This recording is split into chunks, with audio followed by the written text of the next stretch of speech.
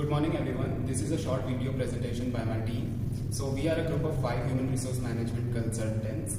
I am G. Pragraj along with my colleagues Sanya, Prateek, Apurva and Sushmita. She will be joining us online today. We have been approached by HotelSpade, a brand that does not follow human resource management in their work system. So they asked us to brief them about all the HR functions.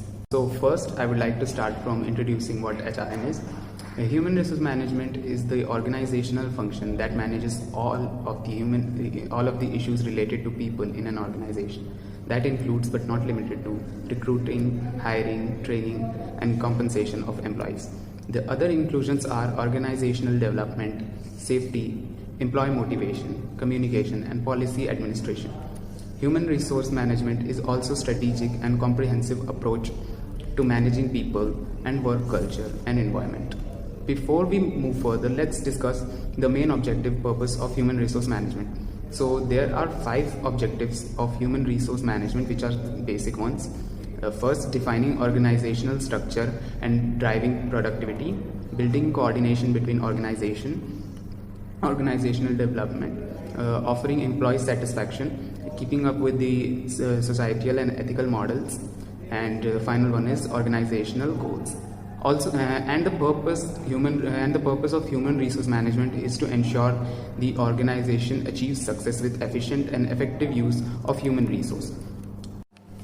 As far back as 3,000 years ago, skilled and unskilled slaves, conscripts and soldiers needed managing. That was the beginning of the question how to best manage people, and also the beginning of human resource management. The modern problem that comes with managing human resource comes from Industrial Revolution.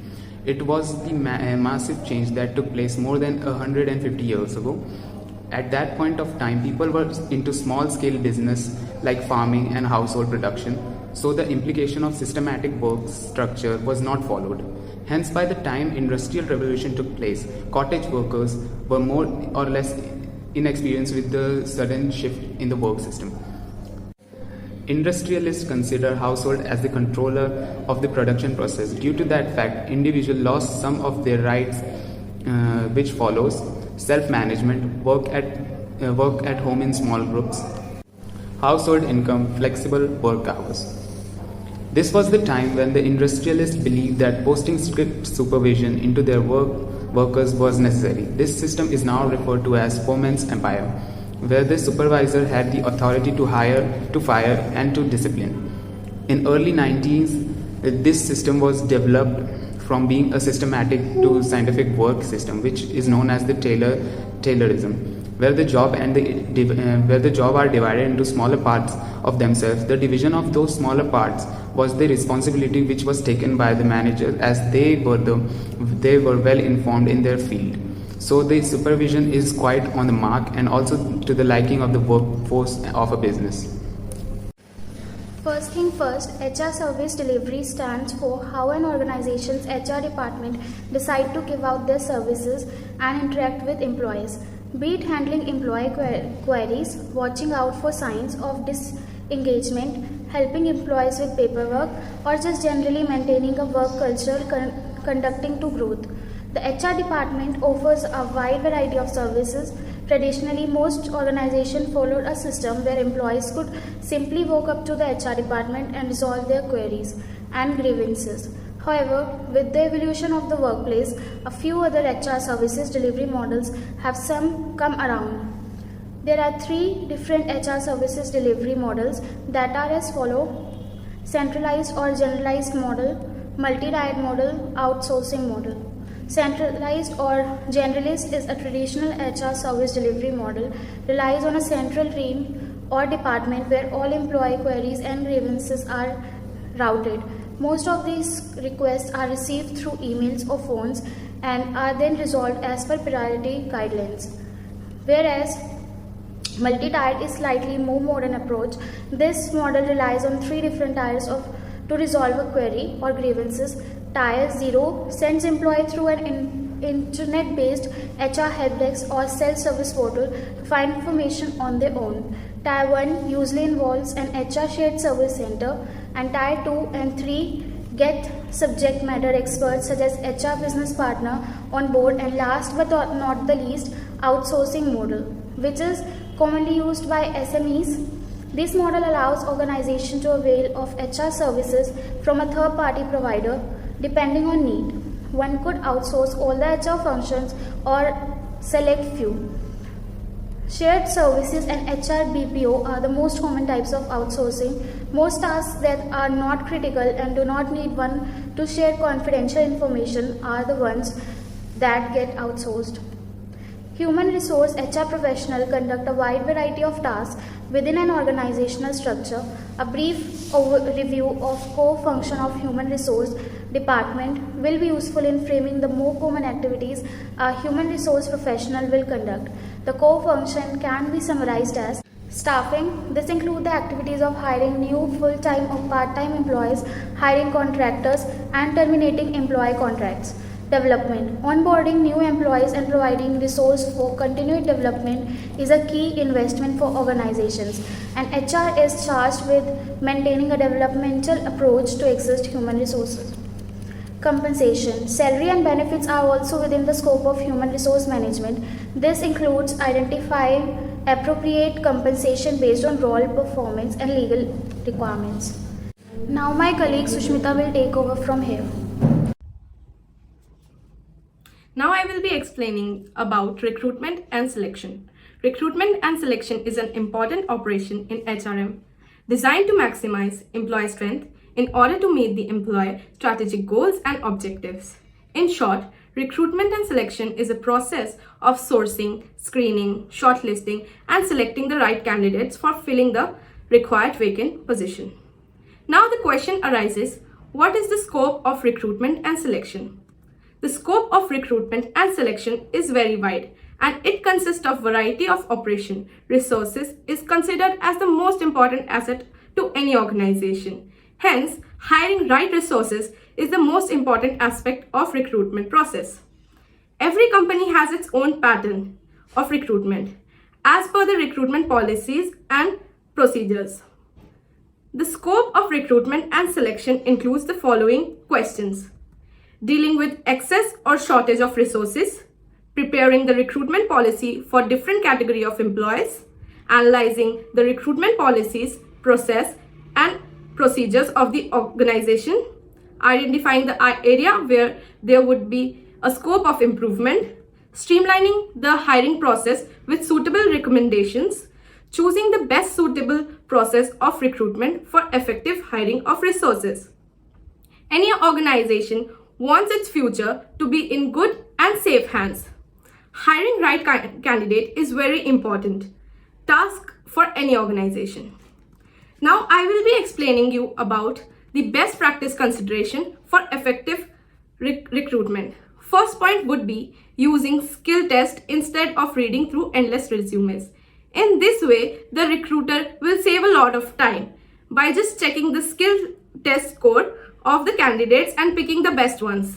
The second point is polishing up advertisement, making sure that the advertisements are well played so that the candidates will get a glimpse of the job and can apply only on the basis of it. Next, remembering top applicants from the past. Database of past applicants who left good impression. It may be a shot in the dark, but you never know if they are looking for a new work at that moment or not. Ensuring privacy and security for the candidates.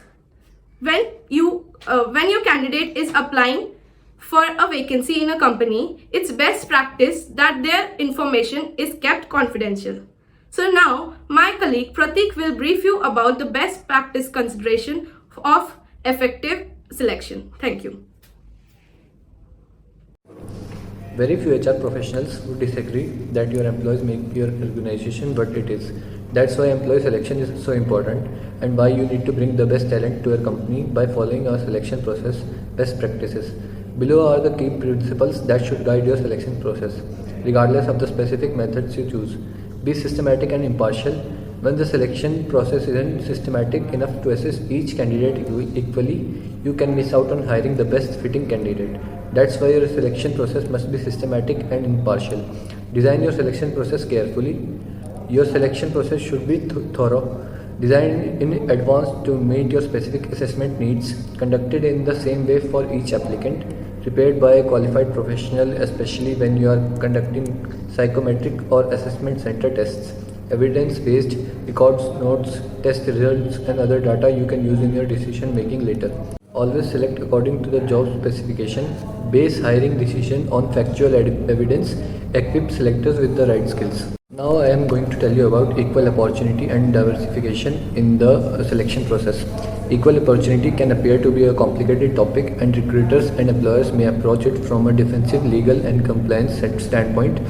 Diversity is viewed in a broader and more positive light. Discrimination and stereotyping must not be allowed to play a role in the recruitment and selection process, but appreciating differences between people and understanding the positive benefits of employing a varied range of skilled people is just as vital.